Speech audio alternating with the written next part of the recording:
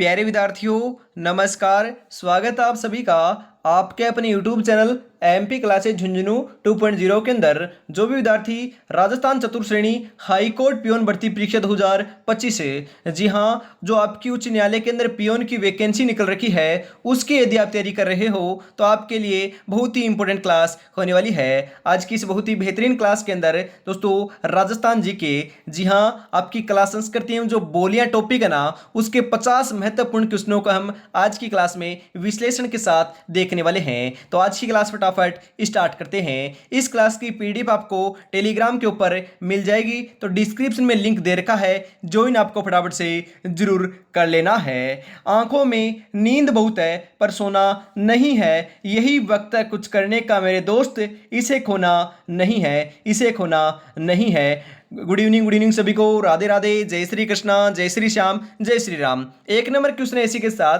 बेंगू किसान आंदोलन का नेतृत्व किसने किया था? मोतीलाल पटेल, हरिभाऊ उपाध्याय, रामनारायण चौधरी, मुहनोत नैणसी। अरे किसने किया था? ध्यान में रखिएगा, बेंगू किसान आंदोलन का जो नेतृत्व है ना, वह आपके राम नारायण चौधरी ने किया था। किसने किया था? राम नारायण चौधरी ने किया था। ऑप्शन नंबर सी आपका सही रहेगा लाडलो। और आपका हम बात करें, जो आपका बिजोलिया किसान आंदोलन है वह दोस्तों कितने समय तक चला था? तो दोस्तों सर्वाधिक 44 वर्षों तक आपका चलने वाला किसान आंदोलन था, संगठित आंदोलन रहा है। जी हाँ, 1897 ईस्वी के अंदर उसका प्रारंभ होता है और 1941 में जाकर उसका समापन होता है। ध्यान में जरूर रखिएगा। जी हाँ, किसान आंदोलन का जो हम बात करें दोस्तों, किसान आंदोलन का जनक किसे कहते हैं? तो किसान आंदोलन का जनक आपके दोस्तों विजय सिंह पथिक को कहते हैं। किसे कहते हैं? विजय सिंह पथिक को कहते हैं, जो आपके यूपी के निवासी रहे हैं। ध्यान में रखिएगा। अगला क्वेश्चन है, राजस्थान में किसान आंदोलन के जनक किसे कहते हैं? जी हाँ, अभी अभी दोस्तों मैंने बताया ना, विजय सिंह पथिक को कहते हैं। चाहे राजस्थान की बात की जाए चाहे भारत की बात की जाए, नाम एक ही आएगा, विजय सिंह पथिक। जी हाँ, इंपोर्टेंट है, पूछा जा सकता है। जी हाँ, आगे बढ़ते हैं। अगला क्वेश्चन है, राजस्थान में चूलिया जलप्रपात किस नदी पर स्थित है? माही, सोम, चंबल, लूणी। अरे चूलिया जलप्रपात जो है ना, वह चंबल नदी के ऊपर बनाया गया है। जी हाँ, चंबल नदी के ऊपर आपका चूलिया जलप्रपात स्थित है। ऑप्शन नंबर सी आपका सही रहेगा। चंबल नदी के ऊपर 4 बांध बनाए गए हैं, ध्यान में रखिएगा। जी हाँ, हम बात करें 3 राजस्थान में है और एक आपका गांधी सागर बांध मध्य प्रदेश के अंदर स्थित है, ध्यान में रखिएगा। चंबल नदी का दोस्तों प्रवेश जो है ना, राजस्थान के चित्तौड़गढ़ जिले से होकर राजस्थान में होता है, ध्यान में जरूर रख लीजिएगा। अगला क्वेश्चन है, राजस्थान की किस नदी को वन की आशा, जंगल की आशा के नाम से जाना जाता है? बनास, लूणी, चंबल, माही। राइट आंसर देखने को मिल जाएगा मेरे लाडलो। 4 नंबर का बिल्कुल बिल्कुल सही आंसर आपका यहां पर हो जाएगा, बनास को। जी हां, बनास को वन की आशा, जंगल की आशा के नाम से जाना जाता है, ध्यान में रखिएगा। वेरी इंपॉर्टेंट क्वेश्चन है। जी हां, राजस्थान में पूर्णतः बहने वाली सबसे लंबी जो नदी है उसका नाम बनास है, ध्यान में रखिएगा। और राजस्थान की सबसे लंबी नदी का नाम है चंबल नदी, ध्यान में रखिएगा। जी हां, पश्चिमी राजस्थान की प्रमुख नदी लूणी नदी है और आपकी दक्षिणी राजस्थान की, जी हां मेरे भाई, वागड़ की दोस्तों गंगा भी इसको कहा जाता है। किसे? माही नदी को, ध्यान में रखिएगा। इंपॉर्टेंट है, 170 किलोमीटर या 176 किलोमीटर दोस्तों राजस्थान के अंदर आपकी माही नदी बहती है, ध्यान में जरूर रख लेना है। अगला क्वेश्चन है, राजस्थान में कनक सागर बांध किस नदी पर स्थित है? कोठारी, खारी, बनास, मेज। अरे कनक सागर बांध जो है ना, वह तो आपका मेज नदी के ऊपर बनाया गया है। कौन सी पर? मेज नदी पर है। ऑप्शन नंबर डी आपका सही रहेगा, ध्यान में जरूर रखिएगा। नक्की झील राजस्थान के किस जिले में स्थित है? अरे नक्की झील आपकी सर्वाधिक ऊंचाई के ऊपर स्थित झील है। जी हाँ, हम बात करें नक्की झील की तो दोस्तों आपके हम बात करें देवताओं के द्वारा नाखूनों से खोदकर इसका निर्माण कार्य किया गया था। कहां पर किया गया था? सिरोही के अंदर। कहां पर किया गया था? ध्यान में रखिएगा, इंपोर्टेंट है। माउंट आबू सिरोही के अंदर आपकी नक्की झील स्थित है। ऑप्शन नंबर सी आपका बिल्कुल सही आंसर हो जाएगा। अगला क्वेश्चन है, लसाड़िया का पठार राजस्थान के कौन से जिले में स्थित है? वेरी इंपोर्टेंट क्वेश्चन पूछा जाएगा। अरे ये पठारों वाले से पठार जो है ना, वहां से क्वेश्चन आएगा। सलूम्बर, उदयपुर, बीकानेर, बाड़मेर। जी हाँ साथियों, सलूम्बर के अंदर आपका क्या है, लसाड़िया का पठार स्थित है। और हम बात करें उड़िया का पठार है, अरे उड़िया का पठार कहाँ पर है, माउंट आबू सिरोही केंद्र है और राजस्थान का सबसे ऊंचा पठार है, ध्यान में जरूर रखिएगा। अगला क्वेश्चन आपके लिए, हम बात करें लसाड़िया का नहीं मेरे भाई, उड़िया का पठार, कौन सा पठार है, उड़िया का पठार आपका सबसे ऊंचा पठार है, ध्यान में जरूर रखिएगा। अगला क्वेश्चन है, राजस्थान की वह झील जो मीठे पानी की नहीं है वह कौन सी है, सिलीसेड, जयसमंद, फाईसागर, पचपदरा।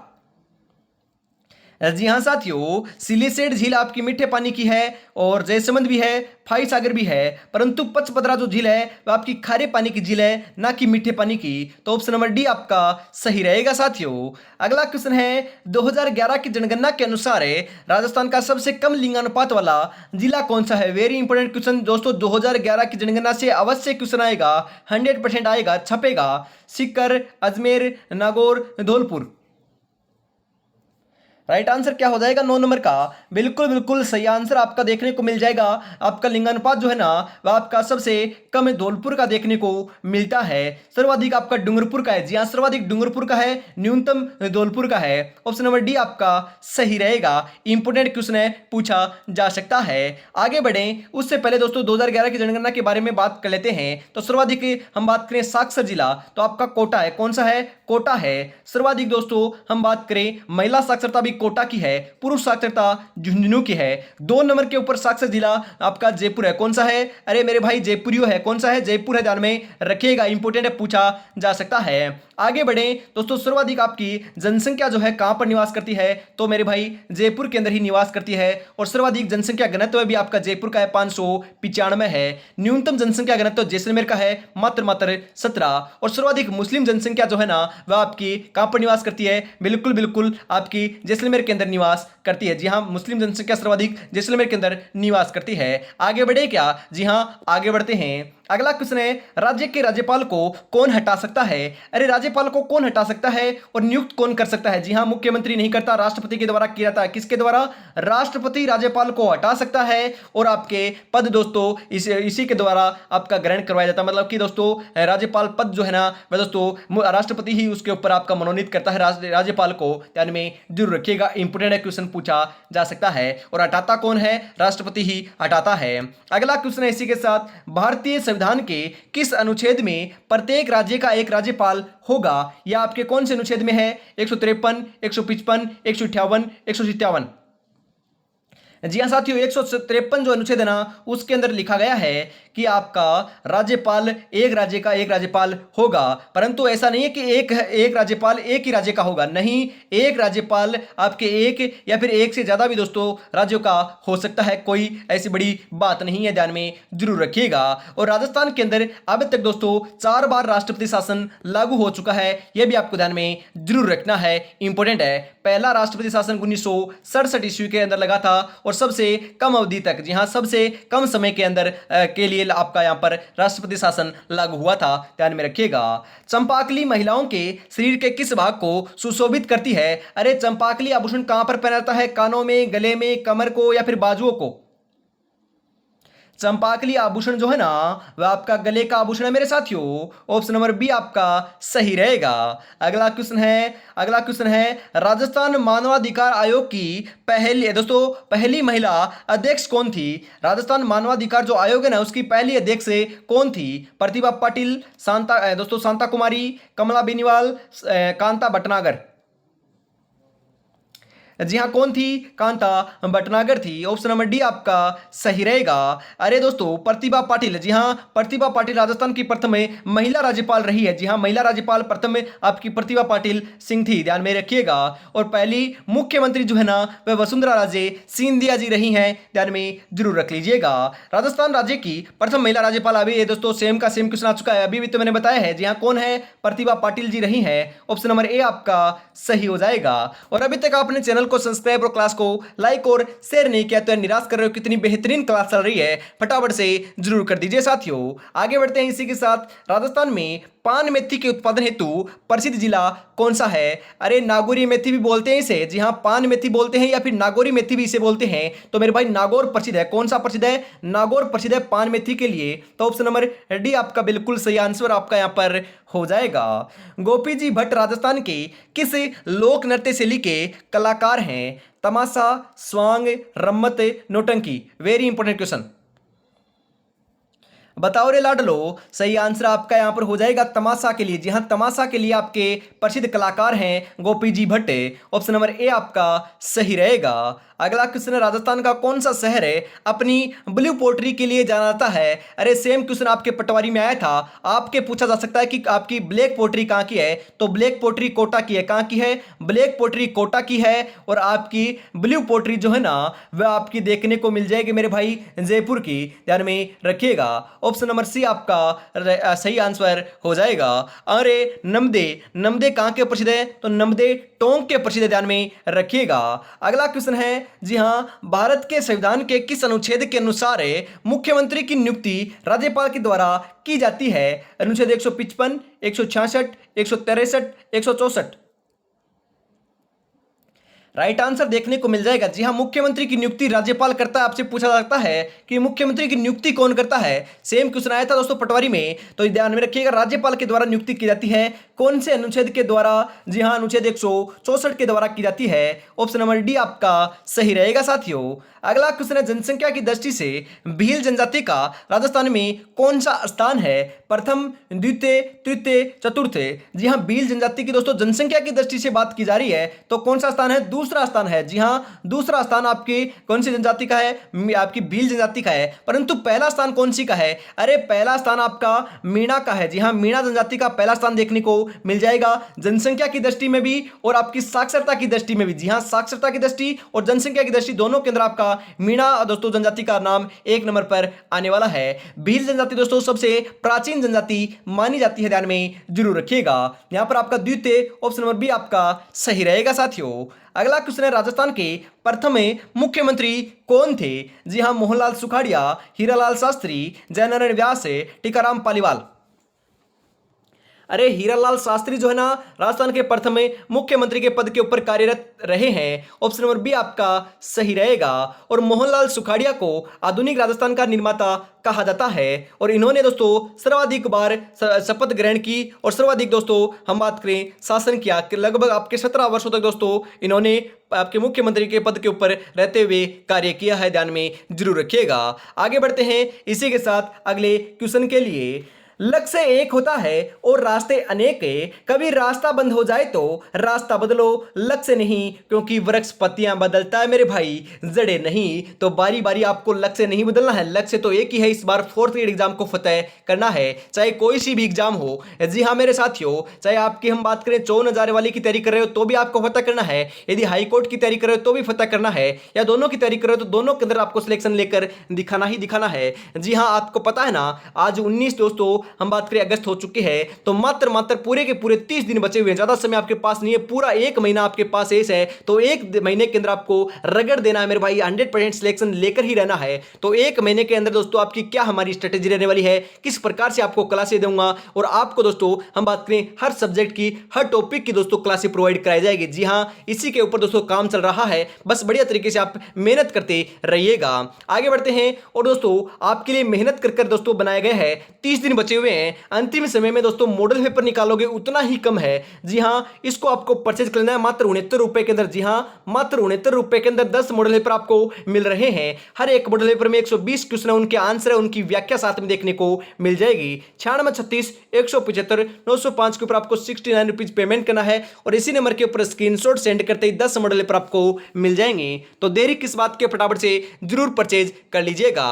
अगला क्वेश्चन है, जिस क्षेत्र की नौटंकी सर्वाधिक लोकप्रिय है वह कौन सा है? भरतपुर, बाड़मेर, कोटा, उदयपुर। अरे पूर्वी राजस्थान की नौटंकी प्रसिद्ध है, तो पूर्वी राजस्थान तो ऑप्शन में नहीं है। अरे हम बात करें आपका बाड़मेर पूर्वी राजस्थान में थोड़ी ना आता है, नहीं आता। बाड़मेर तो आपका पश्चिमी राजस्थान में आता है, उदयपुर भी नहीं आता, कोटा भी नहीं आता, क्योंकि कोटा तो दोस्तों हाड़ौती क्षेत्र के अंदर आता है। पूर्वी राजस्थान के अंदर भरतपुर आता है। कौन सा आता है? भरतपुर आता है। तो भरतपुर की आपकी नौटंकी सर्वाधिक लोकप्रिय है। ऑप्शन नंबर ए आपका सही रहेगा। अगला क्वेश्चन है, निम्नलिखित में से राजस्थान के किस मुख्यमंत्री का कार्यकाल सबसे कम अवधि का रहा था? हीरालाल शास्त्री, टीकाराम पालीवाल, हीरालाल देवपुरा, मोहनलाल सुखाड़िया। बताओ रे लाडलो, सही आंसर आपका हो जाएगा यहाँ पर टीकाराम पालीवाल है। ऑप्शन नंबर बी आपका सही हो जाएगा। अगला क्वेश्चन इसी के साथ, तेरह ताली नृत्य किसे लोक देवता को समर्पित है? जी हाँ, बिल्कुल बिल्कुल, गोगा जी, रामदेव जी, पाबू जी, देवनारायण जी। तेरह ताली नृत्य जो है ना, वह देवनारायण जी की आराधना में 13 मंजिराएं बांध कर दोस्तों आपकी महिलाओं के दोस्तों बैठ कर ये किया जाने वाला नृत्य है। जी हाँ, महिलाओं का ये नृत्य है। ऑप्शन नंबर बी आपका सही रहेगा। अगला क्वेश्चन है, कौन सा मेव नृत्य जिसमें स्त्री व पुरुष दोनों भाग लेते हैं? लूर नृत्य, गेर नृत्य, चरी नृत्य, रणबाजा नृत्य। अरे सही आंसर हो जाएगा आपका यहाँ पर है, जी हाँ, रणबाजा नृत्य। ऑप्शन नंबर डी आपका सही रहेगा। अगला क्वेश्चन है, मेवाड़ के अरावली क्षेत्र में भील जाति का लोक नृत्य कौन सा है? गंधर्व, गौरी, भवाई, रम्मत। जी हाँ, गौरी आपका लोक नृत्य है। ऑप्शन नंबर बी आपका सही रहेगा साथियों। अगला क्वेश्चन है, सफारी पार्क जयपुर में एक विशाल और सुंदर सफारी पार्क है जो तेंदुआ देखने के लिए लोकप्रिय है। कहाँ पर है? रणथंभौर में, केलादेव में, माचिया में, जालना में। अरे दोस्तों, क्वेश्चन में ही आपको राइट आंसर बता दिया है। जी हाँ, जयपुर में है तो है ही है, तो रणथंभौर और केलादेव में थोड़ी ना होगा। अरे ध्यान में रखिएगा, कहाँ पर है? जालना में है। कहाँ पर है? जालना के अंदर है। ऑप्शन नंबर डी आपका सही आंसर हो जाएगा साथियों। आगे बढ़ते हैं, और आपका रणथंभौर दोस्तों कहां पर है? सवाईमाधोपुर में है। केलादेव कहां पर है? कमेंट में बता दीजिए। अरे कितना आसान क्वेश्चन है। केलादेव घना पक्षी विहार कहां पर है? नेहरू गार्डन किस झील में स्थित है? आना सागर में, राजसमंद में, फतेह सागर में, पिछोला में। जी हाँ, नेहरू गार्डन जो है ना, वह आपका देखने को मिल जाएगा फतेह सागर झील के अंदर। जी हाँ, फतेह सागर झील में है। ऑप्शन नंबर सी आपका सही आंसर हो जाएगा, ध्यान में रखिएगा। अगला क्वेश्चन है इसी के साथ, 2019 के अनुसार भारत में ऊन उत्पादन में राजस्थान का कौन सा स्थान है? पहला, तीसरा, दूसरा, चौथा। जी हाँ साथियों, पहला स्थान रहा है। जी हाँ, राजस्थान का पहला स्थान है। और आपकी हम बात करें, एशिया की सबसे बड़ी ऊन की मंडी आपकी बीकानेर के अंदर है। कहां पर है? बीकानेर के अंदर है, ध्यान में रखिएगा। एशिया की सबसे बड़ी है, राजस्थान की, भारत की नहीं बोलूंगा, एशिया की बोल रहा हूं, ध्यान में रखिएगा। आगे बढ़ते हैं, अगला क्वेश्चन है, कंवर सेन लिफ्ट नहर कौन से शहर को पानी की उपलब्धता प्राप्त करवाती है? जी हाँ, हम बात करें जो आपके कुंवर सेन लिफ्ट नहर है, वह आपकी इंदिरा गांधी लिफ्ट, दोस्तों आपकी इंदिरा गांधी जो नहर है ना, उसकी क्या है? आपकी लिफ्ट नहर है। जी हाँ, इंदिरा गांधी नहर के अंदर 7 लिफ्ट नहरें लगी हुई है। सबसे बड़ी लिफ्ट नहर का नाम है कुंवर सेन लिफ्ट नहर, जो आपकी बीकानेर शहर को जल की आपूर्ति करवाती है। ऑप्शन नंबर सी आपका सही रहेगा, ध्यान में रखिएगा, बेहद ही इंपोर्टेंट क्वेश्चन होने वाला है। निम्नलिखित में से कौन सी महिला राजस्थान से संबंधित है जो राजनीतिक जागृति और विकास का हिस्सा थी? अंजना देवी चौधरी, एनी बिसेंट, सरला देवी चौधरानी, या फिर आपकी सुशीला देवी। अरे आपका यहां से क्वेश्चन आया था। जी हाँ, राइट आंसर हो जाएगा अंजना देवी चौधरी। जी हाँ, अंजना देवी चौधरी जो है ना, वह आपकी राजनीतिक जागृति और विकास का हिस्सा रही है। परंतु आपका ऐसा क्वेश्चन आया था आपकी पटवारी के अंदर कि राजस्थान की ऐसी महिला कौन थी जो आपके, हम बात करें, जेल गई थी। जी हाँ, पहली महिला जो जेल गई थी, तो आपकी कौन सी थी? अंजना देवी चौधरी ही आपकी जेल गई थी, ध्यान में रखिएगा। इन्हीं का राइट आंसर देखने को मिल जाएगा, वहां पर भी आपका क्वेश्चन आया था। राजस्थान के कौन से जिले की उस्ता कला या फिर मथेरना कला प्रसिद्ध है? अरे ऊंट की खाल पर चित्रांकन करना उस्ता कला की विशेषता है, और यह तो बीकानेर की प्रसिद्ध है। कहां की? बीकानेर की। जी हां, बीकानेर। ऑप्शन नंबर ए आपका सही रहेगा, ध्यान में जरूर रखिएगा, इंपॉर्टेंट है। अरे जी हां, आपका अग्नि नृत्य जो है ना, वह आपका कतरियासर बीकानेर का ही प्रसिद्ध है। जी हां, बीकानेर का और क्या प्रसिद्ध है? अरे बीकानेर, जी हां, बीकानेर का जो है ना, बीकानेर के अंदर आपका खजूर अनुसंधान केंद्र भी स्थित है। बीकानेर का दोस्तों दुर्ग प्रसिद्ध है, जिसे जमीन का जेवर भी कहते हैं, जो जूनागढ़ है दोस्तों नाम उसका बोला जाता है। प्राचीन नाम इसका चिंतामणि देखने को मिलता है साथियों, ध्यान में जरूर रखिएगा। जमीन पर बैठकर क्या आसमान देखता है, परों को खोले जमाना सिर्फ उड़ान देखता है, जमाना सिर्फ उड़ान देखता है। जी हाँ, बस इसी प्रकार आपको तैयारी में जुटे रहना है। और अभी तक आपने चैनल को सब्सक्राइब और क्लास को लाइक और शेयर नहीं किया तो निराश कर रहे हो। कितनी बेहतरीन से बेहतरीन आपकी क्लास चल रही है। और अब मेरे भाई प्यारा छोटा सा कमेंट भी आपको जरूर से कर देना है, उससे ही दोस्तों मोटिवेशन देखने को मिलता है। अगला क्वेश्चन है, निम्नलिखित में से किस राज्य की सीमा राजस्थान के साथ साझा नहीं करता है? पंजाब तो करता है, सबसे कम सीमा साझा करता है पंजाब 89 किलोमीटर, उत्तर प्रदेश भी करता है, हरियाणा भी करता है, अरे दिल्ली थोड़ी ना करता, दिल्ली नहीं करता, तो ऑप्शन नंबर डी आपका सही हो जाएगा। जी हाँ, मैंने आपको कई बार बताया, वापिस बता रहा हूं, आपके विषम कोणीय चतुर्भुजाकार या फिर पतंगाकार आपकी आकृति देखने को मिलती है राजस्थान की। तो यहां पर आपके उत्तर से हम बात करें, स्टार्ट करते हैं, पंजाब है, उसके बाद आपका हरियाणा है, उसके बाद आपका उत्तर प्रदेश है, उसके बाद मध्य प्रदेश है, उसके बाद गुजरात के साथ सीमा साझा करता है राजस्थान है, और उसके बाद दोस्तों पश्चिमी साइड से आपके पाकिस्तान के साथ सीमा साझा करता है। सर्वाधिक जो आपकी सीमा है वह आपकी मध्य प्रदेश के साथ सीमा साझा करता है, करीबन 1600 किलोमीटर, न्यूनतम आपकी 89 किलोमीटर सीमा साझा करता है पंजाब के साथ, और पाकिस्तान के साथ 1017 किलोमीटर की सीमा आपकी बनाता है, ध्यान में रखिएगा।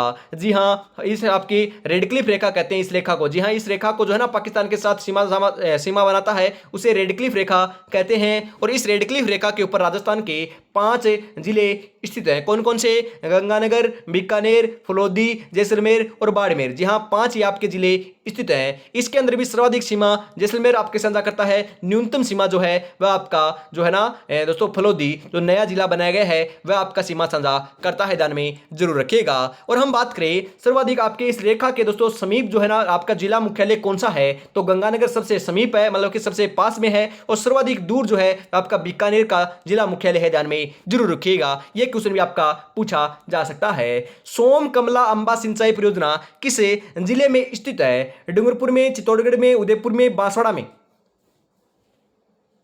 जी हाँ साथियों, कहां पर है? डूंगरपुर में है। अरे सोम कमला अंबा सिंचाई परियोजना डूंगरपुर में है। जी हाँ, ऑप्शन नंबर ए आपका सही रहेगा। अरे सोम कमला अंबा सिंचाई परियोजना कहां पर है? डूंगरपुर में है, ध्यान में रखिएगा। हम बात करें नवाटापुरा गांव डूंगरपुर के अंदर आपका सोम माही जाखम का त्रिवेणी संगम भी होता है, ध्यान में जरूर रखिएगा।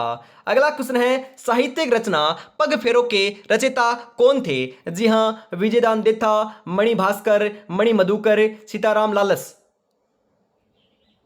सही आंसर हो जाएगा मणि मधुकर रहे हैं, ऑप्शन नंबर सी आपका राइट हो जाएगा। अगला क्वेश्चन इसी के साथ, मल्लीनाथ पशु मेला राजस्थान के किस स्थान पर आयोजित होता है? झालरापाटन में, सवाईमाधोपुर में, परबतसर में, तिलवाड़ा में।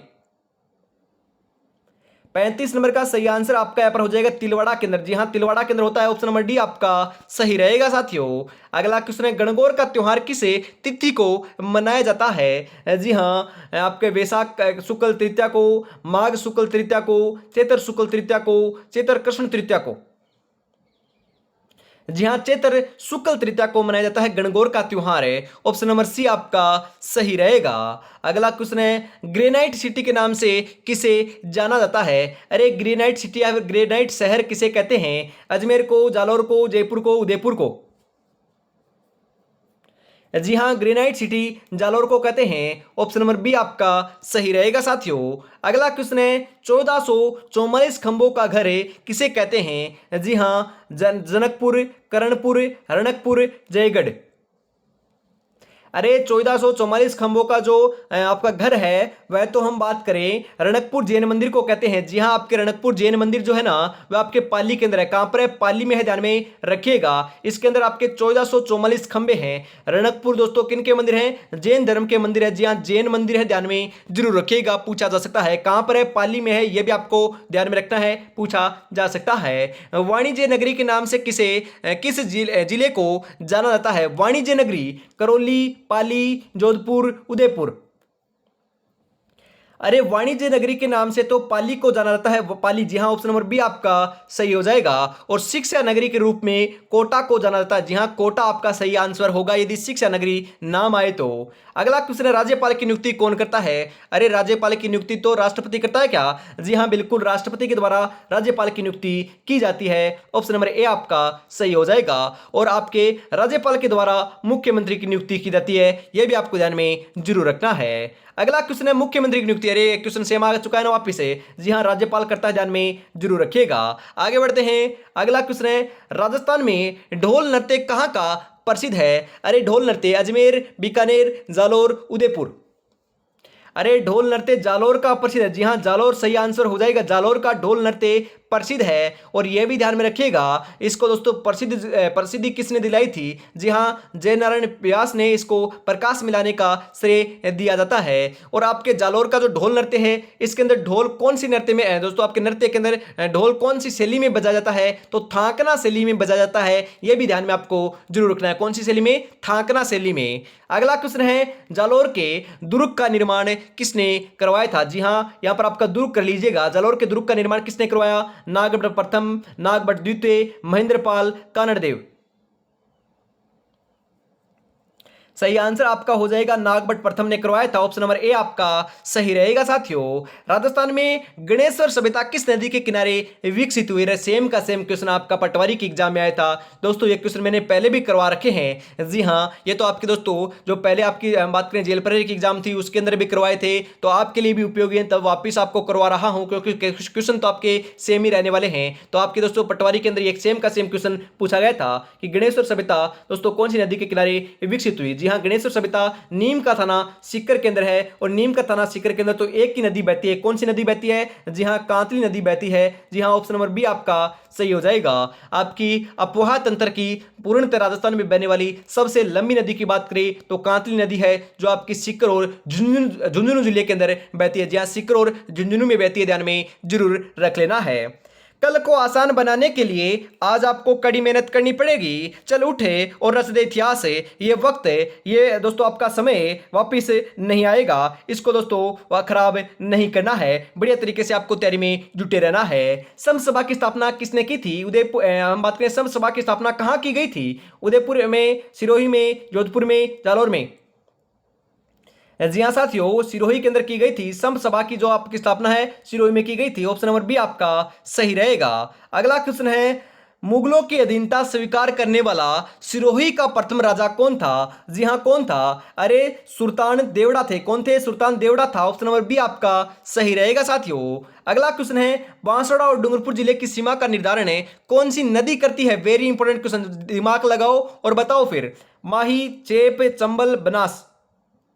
डूंगरपुर और आपके बांसवाड़ा की दोस्तों सीमा का निर्धारण जो है ना, वह तो आपकी एकमात्र माही नदी करती है। वागड़ की गंगा भी तो कहते हैं इसे। ऑप्शन नंबर ए आपका सही रहेगा साथियों। अगला क्वेश्चन है, राजस्थान में सर्वाधिक स्थानीय आक्रमण किस दुर्ग पर हुए हैं? स्थानीय मतलब कि आर बार के दोस्तों आपके छोटे मोटे जो आपके बात करें जो साम्राज्य थे, या फिर हम बात करें आसपास की जो रियासतें थी ना, वह आपके कौन से दुर्ग के ऊपर आक्रमण ज्यादा करती थी? जी सर्वाधिक आपके स्थानीय आक्रमण कौन से दुर्ग पर हुए हैं? मेगजीन दुर्ग, मेहरानगढ़ दुर्ग, तारागढ़ दुर्ग, अकबर का किला।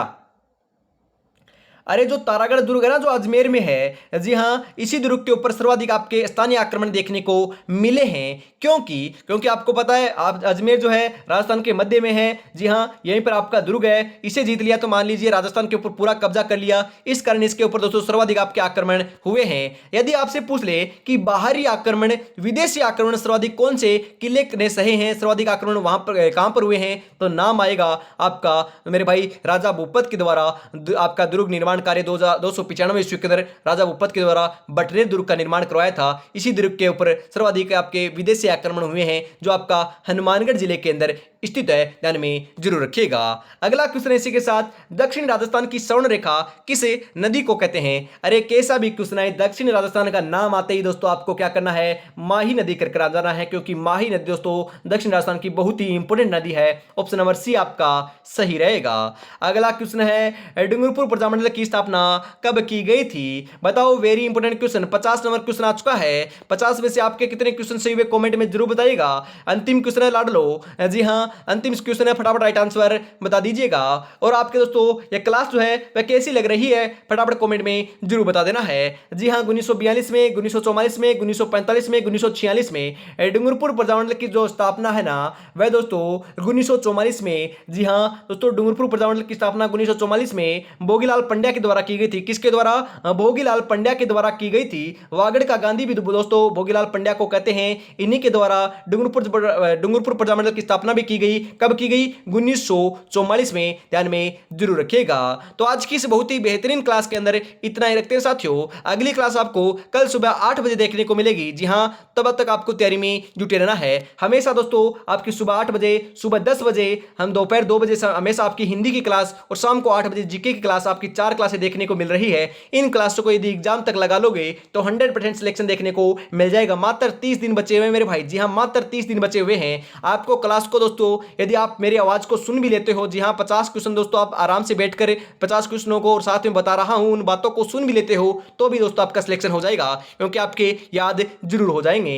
आज की क्लास में इतना रखते हैं। और अभी तक मेरे भाई आपने 69 रुपए के अंदर, जी हाँ 69 रुपीज के अंदर टेस्ट सीरीज परचेज नहीं किया है तो मात्र आपको 10 मॉडल पेपर मिल रहे हैं 69 रुपए में। तो 96 36 175 905 के ऊपर आपको पेमेंट कर कर इसे अभी फटाफट परचेज जरूर से कर लेना है। जय हिंद, जय भारत, राधे राधे, जय श्री कृष्णा, जय श्री श्याम, जय श्री राम दोस्तों।